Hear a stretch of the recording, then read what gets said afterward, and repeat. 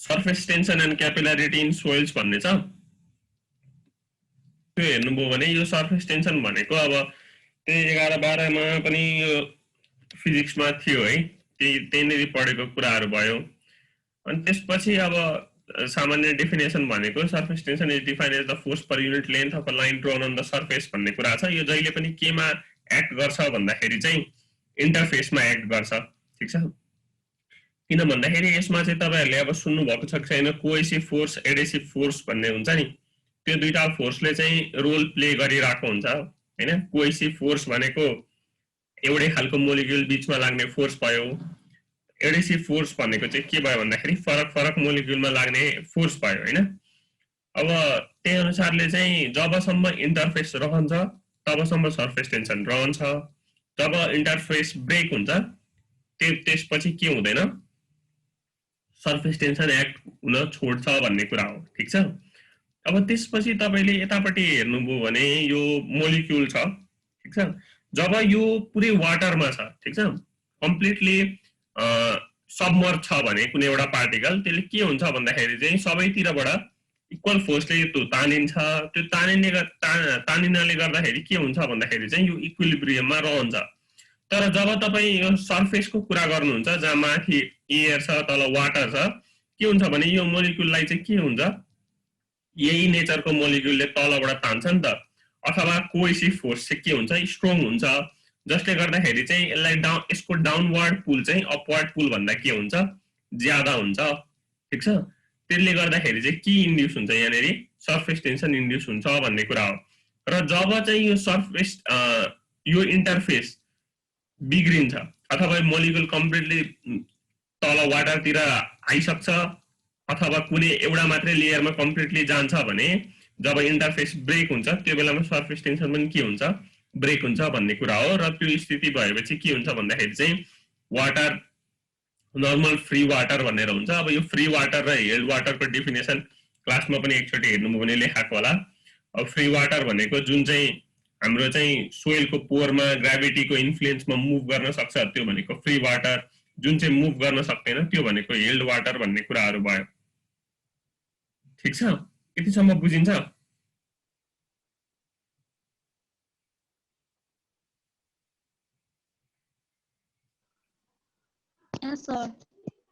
है।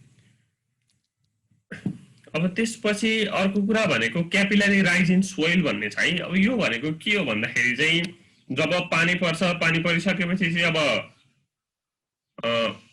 इन्फिल्ट्रेसन हुन थाल्छ।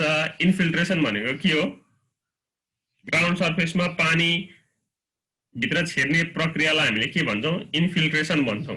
अनि त्यही अनुसारले तलपट्टि यदि पानी मुभ हुन थाल्छ हैन, त्यसलाई हामीले के भन्छौँ, पर्कोलेसन भन्छौँ। अब यो इन्फिल्ट्रेसन र पर्कोलेसन द्वारा चाहिँ के हुन्छ भन्दाखेरि चाहिँ त्यो परेको पानी अथवा प्रिसिपिटेसन चाहिँ सर्फेस रनअप हुँदै त्यसरी इन्फिल्ट्रेसन त्यसपछि पर्कोलेसन हुँदै गएर चाहिँ के हुन्छ भन्दाखेरि चाहिँ कुनै एउटा लेभलमा गएर बस्छ जसलाई हामीले चाहिँ के भन्छौँ, ग्राउन्ड वाटर टेबल भन्छौँ हैन। अब हामीले के बुझ्छौँ भन्दाखेरि ग्राउन्ड वाटर टेबल भन्दापट्टि तलपट्टि जहिले पनि के हुनुपर्छ, सोइलहरू स्याचुरेटेड हुनुपर्छ, ठिक छ। अब त्यसपछि त्यो ग्राउन्ड वाटर टेबल को भन्दा मुनिको पानी माथि कसरी आउँछ त भन्ने कुरा चाहिँ केले गर्दाखेरि हो भन्दाखेरि त्यो सोइल त्यो क्यापिलरी एक्सनले गर्दाखेरि हो। अब तपाईले क्यापिलरी राइज भनेर पढ्नु भएको थियो होला यही सर्फेस टेन्सन भन्ने च्याप्टरमै 11 मा पढ्दाखेरि हैन। त्यो के हुन्छ भन्दाखेरि चाहिँ त्यो फेरि केमा डिपेन्डेन्ट हुन्छ, डायमिटरमा डिपेन्डेन्ट हुन्थ्यो नि त। यदि ठुलो डायमिटर थियो भने त्यसमा क्यापिलरी राइज कम हाइटसम्म मात्रै हुन्थ्यो।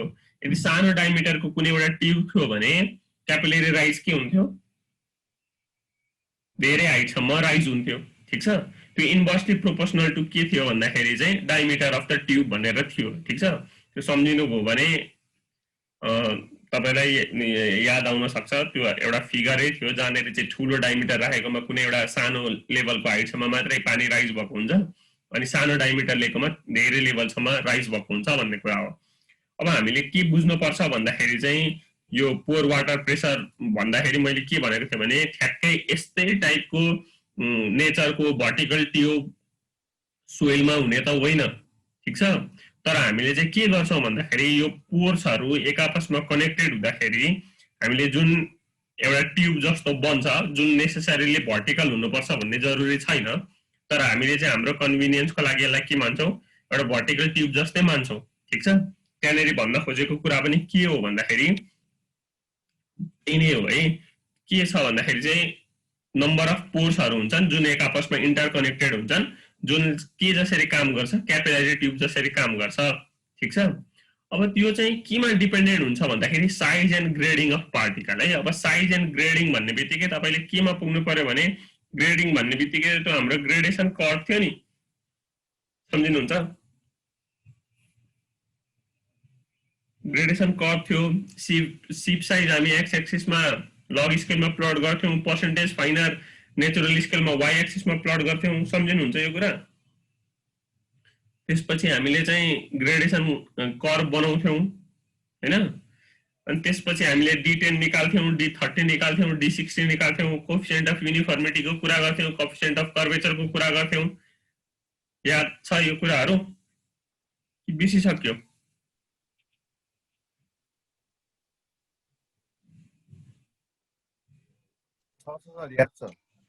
है, अब त्यो सबै कुराहरू अब क्यापिलरी राइज पनि आखिरमा डिपेन्डेन्ट केमा हुने रहेछ भन्दाखेरि यही साइज र ग्रेडिङ अफ पार्टिकलमा डिपेन्डेन्ट हुने रहेछ। अब तपाईँको हेर्नुभयो भने डायमिटर र तपाईँको D10 भनेको इफेक्टिभ डायमिटर अथवा इफेक्टिभ साइज हैन, जुन चाहिँ के को भ्यालु हो भन्दाखेरि 10% फाइनरसँग करस्पोन्ड हुने साइजको भ्यालु हो, त्योसँग रिलेटेड रहेछ। कोर्स ग्रेन सोइलको लागि हेर्नुभयो भने D = 0.2 टाइम्स D10 भनेर लेखिरहेछ।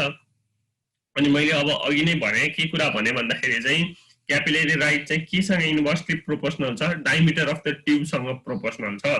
त्यो भनेको डायमिटर जति बढाउँदै जानुभयो त्यो हाइट अफ वाटर रेज चाहिँ के हुन्छ, कम हुन्छ।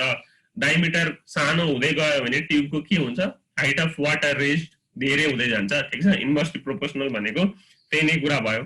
अब त्यसपछि त्यही भएर कोर्स ग्रेन सोइलमा चाहिँ के हुन्छ भन्दाखेरि चाहिँ डायमिटर ठुलो हुन्छ अथवा एउटा पार्टिकल र अर्को पार्टिकल बीचको पोर्सहरुको स्पेसिङ धेरै हुन्छ, ताकि तिनीहरूले इन्टरकनेक्टेड भएर बनाउने ट्युबको डायमिटर पनि के हुँदै जान्छ, ठुलो हुँदै जान्छ, जसले गर्दाखेरि चाहिँ त्यो के हुने भयो भन्दाखेरि चाहिँ त्यसमा क्यापिलरी राइज के हुने भयो, कम हुने भयो। तर त्यही केसमा चाहिँ फाइन ग्रेन सोइलमा हेर्ने हो भने डायमिटर अफ ट्युब एकदमै सानो बन्न जान्छ, जसले गर्दाखेरि चाहिँ क्यापिलरी राइज के हुन्छ, एकदमै धेरै हुन्छ, जुन चाहिँ कतिसम्म हुन्छ भनेर लेखेको छ भने 30 मिटरसम्म हुन्छ पनि भनेर लेखेको छ। ठीक छ, त्यो भयो क्यापिलरी राइज इन सोइलको कुरा है। त्यहीसँग जोडिएर अलिकति के कुरा आउँछ भन्दाखेरि चाहिँ तपाईको ग्राउन्ड सर्फेस भन्दा तत्काल ग्राउन्ड सर्फेससँग जोडिएको लेयरलाई हामी के भन्छौँ भने जोन अफ एरिएसन भन्छौँ। ठीक छ, तपाईको जोन अफ एरिएसनमा चाहिँ सोइल फुल्ली स्याचुरेटेड हुँदैन। ठीक छ, के चाहिँ हुन्छ भन्दाखेरि चाहिँ यो नर्मल हामीले जे कुरा गर्छौँ नि 3 फेज भनेर, त्यसमा सोलिड पनि हुन्छ, त्यसको पोरमा वाटर पनि हुन्छ र त्यसको पोरमा एयर पनि हुन्छ। ठीक छ, त्यस्तो जोनलाई हामीले जोन अफ एरिएसन भन्छौँ। र जोन अफ एरिएसन र जोन अफ स्याचुरेसन को जुन छुट्याउने लेयर छ नि, इन्टरफेस छ नि, त्यो चाहिँ वाटर टेबल हो है। अब त्यसपछि के हुन्छ भन्दाखेरि वाटर टेबल भन्दा तलपट्टि चाहिँ के हुन्छ, सोइल स्याचुरेटेड हुन्छ। ठीक छ, स्याचुरेटेड हुन्छ भन्नुको मतलब के हो, त्यसमा भएको भोइड स्पेसहरु चाहिँ केले लिन्छ, पानीले लिन्छ। ठीक छ, भनेपछि त्यसमा 2 फेज सिस्टम एक्जिस्ट गर्दो रहेछ। त्यो भनेको के हो भन्दाखेरि सोलिड र वाटर हुने रहेछन् है। ठीक छ, अनि यो सँगै जोडिएर अर्को एउटा कुरा के आउँछ भने क्यापिलरी फ्रिन्ज भनेर आउँछ। त्यो भनेको चाहिँ कुन हाइट सम्म चाहिँ हाम्रो वाटर चाहिँ क्यापिलरी एक्सनबाट चाहिँ तान्न सक्छौं त, अथवा चाहिँ कुन हाइट सम्म चाहिँ रेज हुन सक्छ त भनेर हामीले यदि त्यो हाइट कन्सिडर गर्दैछौं भने त्यसलाई हामीले क्यापिलरी फ्रिन्ज भनेर भन्छौं। अब त्यो चाहिँ जोन अफ क्यापिलरी स्याचुरेसन अर्थात यो जोन अफ स्याचुरेसन र केही portion of John of aeration सम्म हुन्छ भन्ने कुरा भयो। ठीक छ, अब त्यो भन्दा माथिको वाटर चाहिँ कसरी एक्जिस्ट गर्छ भन्दाखेरि चाहिँ यसरी वाटर मोलिकुलहरु यसरी जोडिएर बसेका हुन सक्छन्। त्यसरी बस्दाखेरि एउटा मिनिस्कस जस्तो बन्छ। ठीक छ, त्यसलाई हामीले कन्ट्याक्ट मोइस्चर भन्छौं। अनि के हुन्छ भन्दाखेरि यताको मोलिकुलले यताको मोलिकुलमा फोर्स लगाउने, यताको मोलिकुलले यताको मोलिकुललाई फोर्स लगाउने। यस्तो गर्दाखेरि चाहिँ यहाँनिर के डेभलप भइरा हुन्छ भने कन्ट्याक्ट प्रेसर इन्ड्युस भइरा हुन्छ, जुन चाहिँ केमा डिपेन्ड गर्छ भने वाटर कन्टेन्ट, त्यसपछि यो पार्टिकल साइज, त्यसपछि एंगल अफ कन्ट्याक्ट र डेन्सिटी अफ प्याकिङ, यी यावत कुरामा डिपेन्डेन्ट हुन्छ। र त्यसपछि अर्को कुरा के बुझ्नु पर्यो भन्दाखेरि चाहिँ जब चाहिँ वाटर कन्टेन्ट बढ्दै जान्छ त्यसपछि के हुन्छ भने यो मोलिकुललाई सराउन्ड गर्नको लागि, ठीक छ, यो मोलिकुललाई सराउन्ड गर्ने वाटर पनि बढ्दै जान्छ, त्यसपछि यो भोइड स्पेसमा वाटरहरू बढ्दै जान्छ, अनि त्यसपछि यो पार्टिकलहरू एक आपसमा टाढा टाढा टाढा बिस्तारै यो पोइन्ट अफ कन्ट्याक्ट घट्दै गइसकेपछि यो मिनिस्कस बढ्दै जान्छ हैन। अनि केही एउटा निश्चित वाटर कन्टेन्ट बढिसकेपछि चाहिँ के हुन्छ भन्दाखेरि चाहिँ इच पार्टिकल चाहिँ सराउन्डेड बाइ छुट्टै आफ्नै वाटर हुन्छ, अथवा चाहिँ के बिग्रिन्छ भन्दाखेरि चाहिँ यो कन्ट्याक्ट एरिया डिस्ट्रोय हुने बित्तिकै कन्ट्याक्ट प्रेसर पनि के हुन्छ, जिरो हुन्छ, किन भन्दाखेरि चाहिँ यो दुईटा पार्टिकलमा एक आपसमा कन्ट्याक्ट नै रहँदैन, ठीक छ। अनि त्यसपछि त्यो सोइल के हुन्छ भन्दाखेरि फुल्ली स्याचुरेटेड हुन्छ भन्ने कुरा हो। बुझिन्छ यो कुरा कि बुझिएन?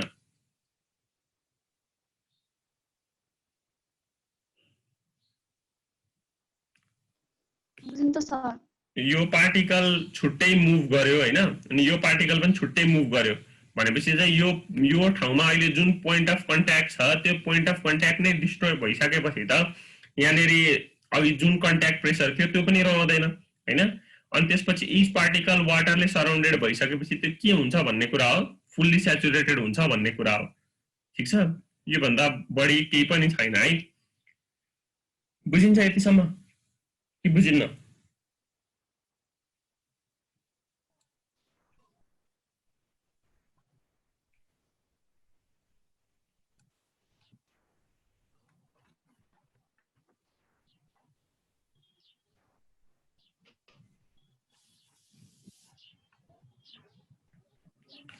त्यसमा ठिकै छ भने यो क्यापिलरी राइज इन सोइलमा यो लेफ्ट साइडतिर लेखेको चाहिँ सार्नुस् न, अब कपीमै लेख्नुस्।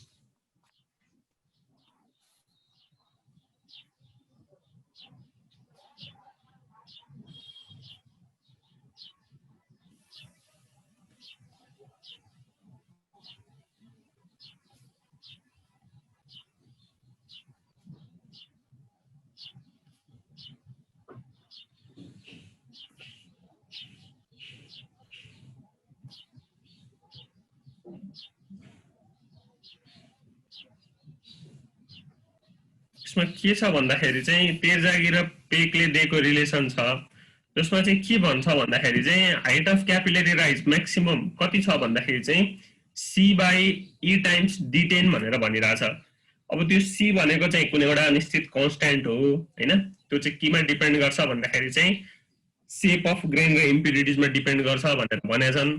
त्यसपछि E भनेको चाहिँ के हो भन्दाखेरि भोइड रेशियो हो, ठीक छ। अनि D10 भन्ने कुरा छ। D10 भनेको के हो भन्दाखेरि जुन अघि हामीले भन्यौ इफेक्टिभ डायमिटर अथवा चाहिँ एउटा यस्तो साइज जुन चाहिँ केसँग करस्पोन्ड गर्छ त्यही ग्रेडेसन कर्वमा 10% फाइनरसँग करस्पोन्ड गर्छ। तपाईले ग्रेडेसन कर्व बनाउनुहुन्छ, त्यसपछि 10% फाइनरबाट एउटा होरिजोन्टल लाइन तान्नुहुन्छ कर्वसम्म आउने गरी, त्यसपछि भर्टिकल्ली ड्रप डाउन गर्दाखेरि जुन साइज आउँछ त्यही साइज भनेको के हो, D10 हो, ठीक छ। अब यो D10 को युनिट यसमा छ भने C को युनिट पनि त्यही सँग करस्पोन्ड हुने गरी आउने भयो। D10 को युनिट चाहिँ सेन्टिमिटरमा छ भने C को युनिट पनि त्यहीसँग करस्पोन्ड हुने गरी आउने भयो भनेर यहाँनिर एउटा रेन्ज जस्तो दिएको मात्रै हो। यो mm हुँदा mm स्क्वायरमै छ, cm हुँदा cm स्क्वायरमै छ, ठीक छ। के सार्नु भयो? हैन सर, सार्नुस् न।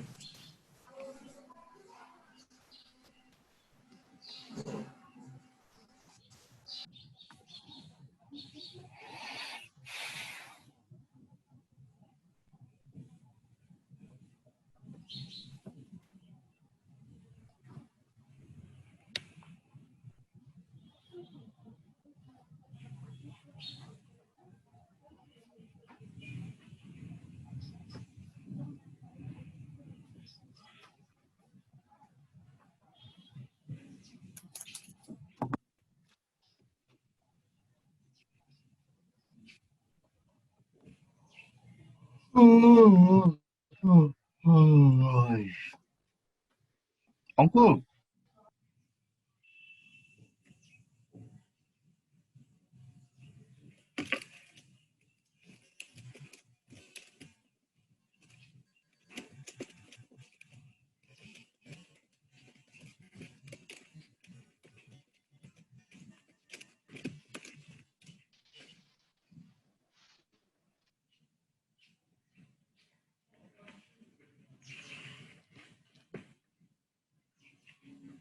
है यो सार्नु भयो। अब त्यसपछि यतापट्टि राइट साइडमा हेर्नुभयो भने एउटा एसोसिएटेड न्युमेरिकल भनेर भनेको छ है। त्यो भनेको यो क्वेसन तपाईहरुको जाँचमा सोधेको छ, ठीक छ। अनि यो अरु किताबमा हेर्नुभयो भने यो तरिकाले गरेको छैन है, एकदमै लेन्दी तरिकाले गरिरहेको छ। अनि त्यो चाहिँ यसरी पनि गर्न सकिन्छ भनेर मैले यो चाहिँ सजिलो मेथड यहाँ राखिदिएको है, ठीक छ। उतापट्टि हेर्नुभयो भने चाहिँ दुनिया त्यो भोइड रेशियो र त्यसपछि डायमिटरको रिलेसन यस्तो उस्तो लिएर चाहिँ सल्भ गरिरहेको छ। अब त्यसरी नगर्दा पनि हुन्छ, त्यसरी किन गर्ने, यसरी सजिलै तरिकाले गर्न सकिन्छ भने यो सजिलै तरिका प्रिफर गरौँ भनेर भन्न खोजे मात्र हो, ठीक छ।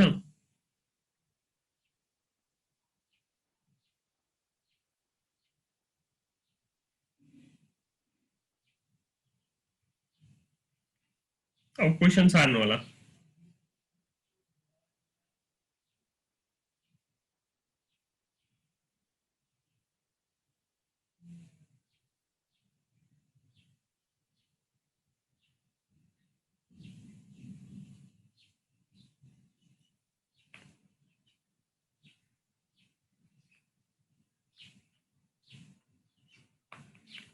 सार्नु भयो।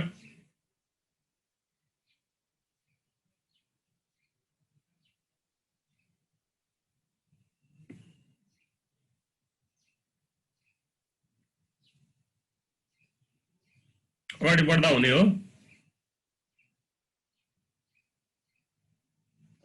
हुन्छ सर। है अब त्यसो भए यहाँ हेर्नु है, यो क्वेसनमा के भनेको छ भन्दाखेरि चाहिँ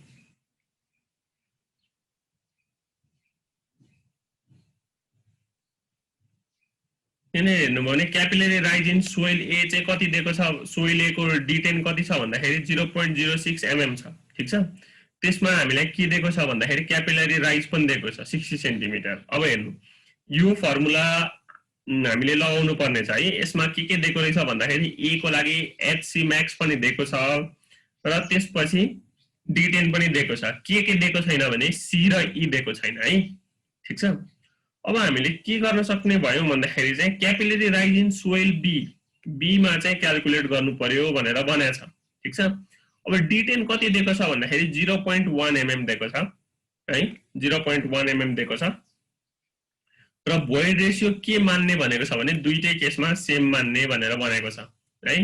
अब हामीले के गर्न सक्ने भयौं भने सोइल ए को लागि हेर्नुस्, H भनेको C/E D10 भयो। H क्वेशनले दिएकै छ, ठीक छ। यो mm मा भएको भएर मैले यसलाई पनि केमा कन्भर्ट गरे हो, mm मा कन्भर्ट गरे मात्रै हो है। इक्वल्स टु C/E टाइम्स 0.06 भयो भनेपछि C को भ्यालु यो आयो। अब मैले चाहिँ के गरेको छु भने यो C चाहिँ दुईटै सोइलको लागि एउटै युज गरेको छु है, ठीक छ। यो कुरा चाहिँ ख्याल गर्नु। अब त्यहाँनेर एउटा स्टेटमेन्ट लेखिदिराखेको पनि हुन्छ, assuming the value of C to be same for both the soil भनेर लेखिदिरा नि हुन्छ है। अनि त्यसपछि सोइल बी को लागि हेर्नुभयो भने फेरि हामीसँग भएको रिलेसन यही नै हो, H equals to C/E D10।